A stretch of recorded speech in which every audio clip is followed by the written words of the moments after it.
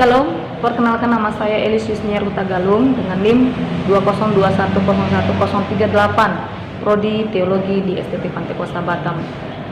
Di sini saya akan memaparkan hasil jurnal dari penelitian bahasa dan sastra Indonesia dengan penggunaan Kamus Besar Bahasa Indonesia dalam pembelajaran kosakata baku dan tidak baku pada siswa kelas 4 SD. Kita masuk ke dalam pendahuluan atau merupakan latar belakang. Yang pertama, penggunaan bahasa Indonesia yang baik dan benar adalah merupakan suatu keharusan bagi setiap orang. Dan yang kedua, pemerintah melalui Menteri Pendidikan dan Kebudayaan Republik Indonesia menurunkan keputusan dengan nomor 0543A/U/1987 yang mendasari usaha penyempurnaan penggunaan ejaan bahasa Indonesia yang baik dan benar. Dan yang ketiga, dalam kurikulum 2013 untuk SD atau sekolah dasar kelas 4, siswa dituntut untuk dapat mengetahui sekaligus membedakan antara kosakata baku dan tidak baku, disertai dengan pengetahuan makna kata tersebut. Bahkan kosakata baku dan tidak baku selalu ada dalam tiap kompetensi dasar. Kita masuk ke dalam rumusan masalah. Yang menjadi permasalahannya saat ini adalah bahwa dalam prakteknya masih ditemukannya adanya guru yang hanya mengandalkan buku paket saja dalam menjelaskan materi dan mengabaikan sumber belajar lainnya seperti kamus, buku ejaan, pedoman istilah, dan lain sebagainya. Berikutnya kita masuk ke metode penilaian.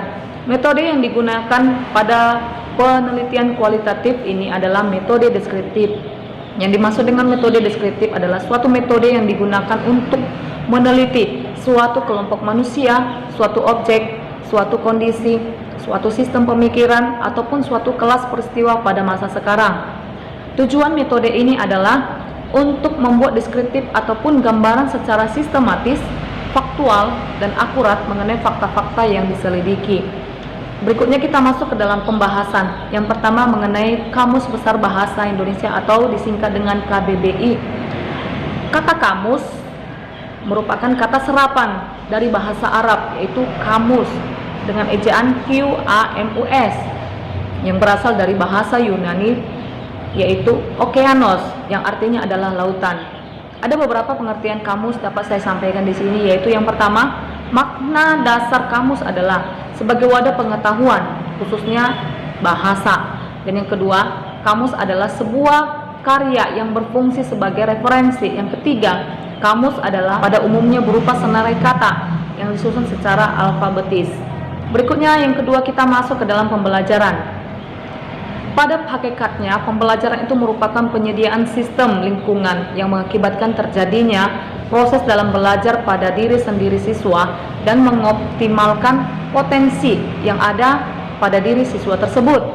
Dan yang kedua, dalam Undang-Undang Nomor 20 Tahun 2003 pada pasal yang pertama dan ayat yang pertama tentang sistem pendidikan nasional diuraikan bahwa pembelajaran adalah proses interaktif peserta didik dengan pendidik dengan sumber belajar pada suatu lingkungan. Yang ketiga, kita masuk kepada kosakata baku dan tidak baku. Ada beberapa pengertian baku. Yang pertama, berdasarkan Kamus Besar Bahasa Indonesia, kata baku adalah pokok utama.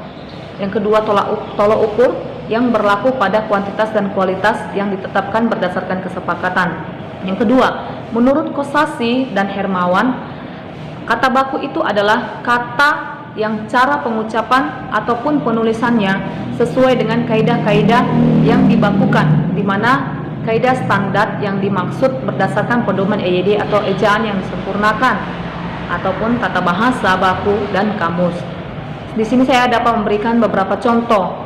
Kata tidak baku, apotik, kata bakunya adalah apotek. Kata tidak baku coklat, kata bakunya adalah cokelat. Kata tidak baku rubah, kata bakunya adalah ubah. Kata tidak baku senen, kata bakunya adalah senin, dan lain sebagainya. Sebagai kesimpulan, dalam pembelajaran ini saya dapat berikan kesimpulan, yaitu yang pertama, pembelajaran itu merupakan proses interaksi peserta didik dengan pendidik untuk mencapai suatu tujuan dalam lingkungan belajar. Dan yang kedua, Kamus Besar Bahasa Indonesia adalah salah satu sumber belajar yang dapat digunakan siswa maupun guru dalam pembelajaran kosakata baku dan tidak baku. Dan yang ketiga, Kata baku adalah kata-kata yang lazim digunakan dalam situasi formal ataupun resmi yang penulisannya sesuai dengan kaidah-kaidah yang dibakukan atau berdasarkan EYD, ejaan yang disempurnakan. Dari pembahasan materi yang sudah saya sampaikan, mohon maaf jika ada kekurangan dan kelemahan yang saya sampaikan, dan biarlah melalui materi ini harapan saya supaya kita dapat lebih mengerti dan memahami serta menggunakan dengan benar bahasa Indonesia baku dan tidak baku. Terima kasih, Tuhan Yesus memberkati.